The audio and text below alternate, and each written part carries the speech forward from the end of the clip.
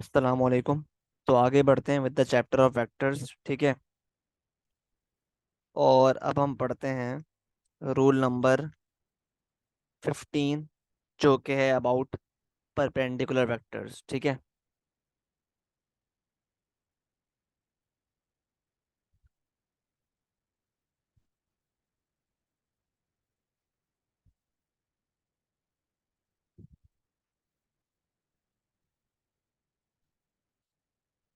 सही है।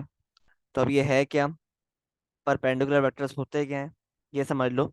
तो भाई याद रहे, अगर आपके पास दो वेक्टर्स का दो वेक्टर्स का डॉट प्रोडक्ट या स्केलर प्रोडक्ट बराबर है जीरो के, तो अगर ये कंडीशन मीट हो रही है तो आपके पास वो दो वेक्टर्स जो हैं वो हैं आपस में परपेंडिकुलर।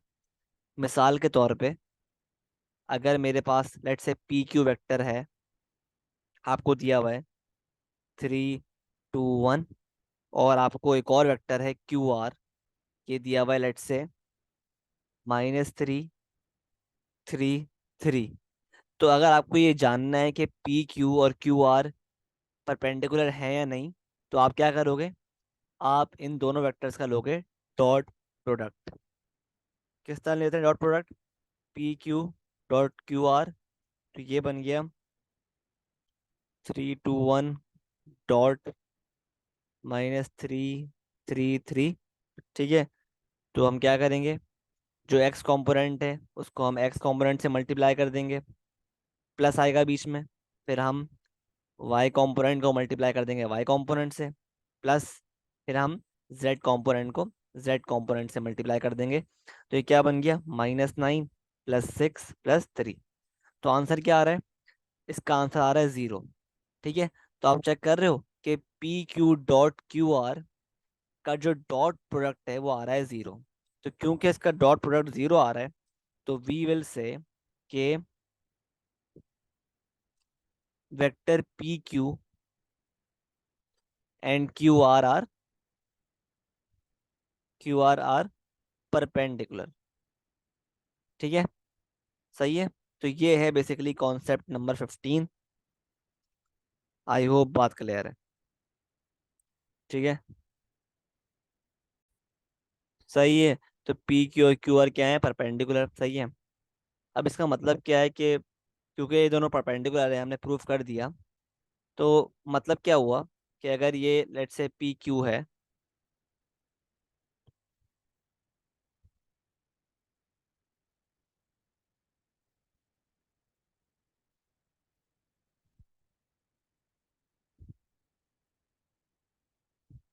अगर ये लेट्स से पी क्यू है, तो पी क्यू वेक्टर है,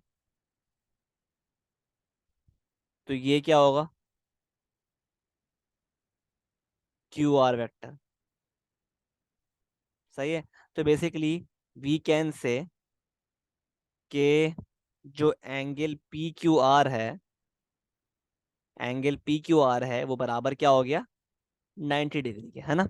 क्योंकि पी क्यू और क्यू आर परपेंडिकुलर है।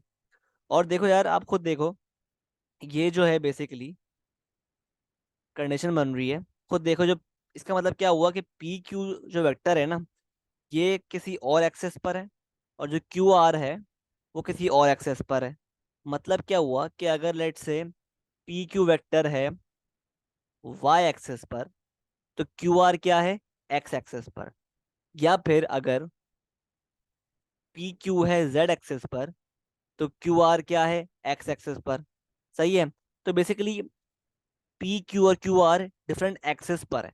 ऐसा क्यों है, क्योंकि आप खुद देखो यार, आपके पास हमने जो वेक्टर्स हम पढ़ रहे हैं, इन 3D वेक्टर्स, इसमें हमारे पास कुल मिला के 3 एक्सेस है ना। कुल मिला के कितनी एक्सेस है, 3 एक्सेस है।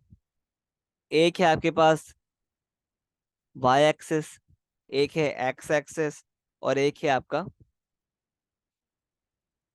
जेड एक्सेस, है ना। अच्छा, और मूवमेंट अलोंग एक्स एक्सेस को हम बोलते हैं आई, और मूवमेंट अलोंग वाई एक्सेस को हम बोलते हैं जे। और मूवमेंट अलोंग जेड एक्सिस को हम बोलते हैं के। ठीक है, ये भी पढ़ चुके हो आप। ठीक है, ये हम कार्टेशियन फॉर्म में हम डालते हैं ना, आई जे और के। तो ये आई जे के होता क्या है? आई होता है मूवमेंट अलोंग एक्स एक्सेस, जे होता है मूवमेंट अलोंग वाई एक्सेस, और के क्या होता है? Movement along Z axis. अब देखो यार, ये तीन एक्सेस जो है ना, ऑब्वियसली इनके दरमियान, हर दो एक्सेस के दरमियान जो एंगल बन रहा है ना, वो क्या बन रहा है? 90 डिग्री। लेट्स से अगर हमें एंगल बताना है between Y and X axis, तो क्या बन रहा है? 90 डिग्री। तो सिमिलरली अगर हमें वाई और जेड के दरमियान एंगल देखना है, क्या बन रहा है? Again 90 degree. और जेड और एक्स एक्सेस के दरमियान जो एंगल है, वो क्या बन रहा है? Again 90 degree. तो आप चेक कर रहे हो, हर दो एक्सेस के दरमियान जो एंगल बन रहा है ना, वो क्या बन रहा है? 90 डिग्री। मतलब वी कैन से यार कि जो ये एक्सेस है ना, वाई एक्स और जेड, ये भी आपस में ऑब्वियसली क्या है? परपेंडिकुलर है। ठीक है, तो इनका डॉट प्रोडक्ट भी क्या होगा? ऑब्वियसली क्या होगा? जीरो। क्योंकि हम पढ़ चुके हैं कि हमारे पास जो दो वेक्टर्स हैं, इफ दे आर परपेंडिकुलर, इसका मतलब क्या होगा? कि देयर डॉट प्रोडक्ट और स्केलर प्रोडक्ट इज जीरो। ठीक है, तो ऑब्वियसली जो एक्सेस हैं, वाई जेड और एक्स, इनके इनका जो डॉट प्रोडक्ट है वो भी क्या होगा? जीरो। ठीक है, आई होप बात क्लियर है। सही है। ठीक है, मतलब इसका मतलब क्या हुआ कि जब हम बेसिकली, जब भी, जो हमने पढ़ा था ना, कि अगर हम आई मल्टीप्लाई बाय जे करेंगे, आई मल्टीप्लाई जे करेंगे, तो आंसर क्या आएगा? जीरो। सिमिलरली हम अगर आई इंटू के करेंगे, जब भी मल्टीप्लाई, क्या आंसर क्या आएगा? जीरो।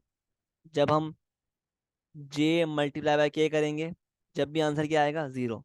ठीक है, क्यों आएगा? क्योंकि आप ऑब्वियसली जो आई क्या होता है? मूवमेंट अलोंग एक्स एक्सेस, और जे क्या होता है? Movement along Y axis. तो क्योंकि ये दोनों एक्सेस एक दूसरे के परपेंडिकुलर हैं, तो इनका जो मल्टीप्लिकेशन है, यानी डॉट प्रोडक्ट है इन दो वेक्टर्स का, वो क्या आ रहा है? Zero. Same is the case with these two conditions as well. ठीक है, तो ये सीन है बेसिकली। ठीक है, जब भी, ये कॉन्सेप्ट इंपॉर्टेंट है क्योंकि ये हमें बता रहा है भाई कि अगर हमें किसी भी किसी भी वेक्टर को प्रूव करना है कि वो परपेंडिकुलर है, तो वी विल सी के उसका डॉट प्रोडक्ट क्या आ रहा है। अगर तो वो जीरो आ रहा है, तो इसका मतलब क्या हुआ कि वो दोनों वेक्टर्स क्या हैं? आपस में परपेंडिकुलर हैं। ठीक है, और होता क्या है डॉट प्रोडक्ट? के साथ जब हम दो वेक्टर्स को मल्टीप्लाई करते हैं, उसको हम बोलते हैं डॉट प्रोडक्ट और स्केलर प्रोडक्ट। ठीक है, ये हम पढ़ चुके हैं लास्ट वीडियो में इन डिटेल। सही है, आई होप यहाँ तक बात क्लियर।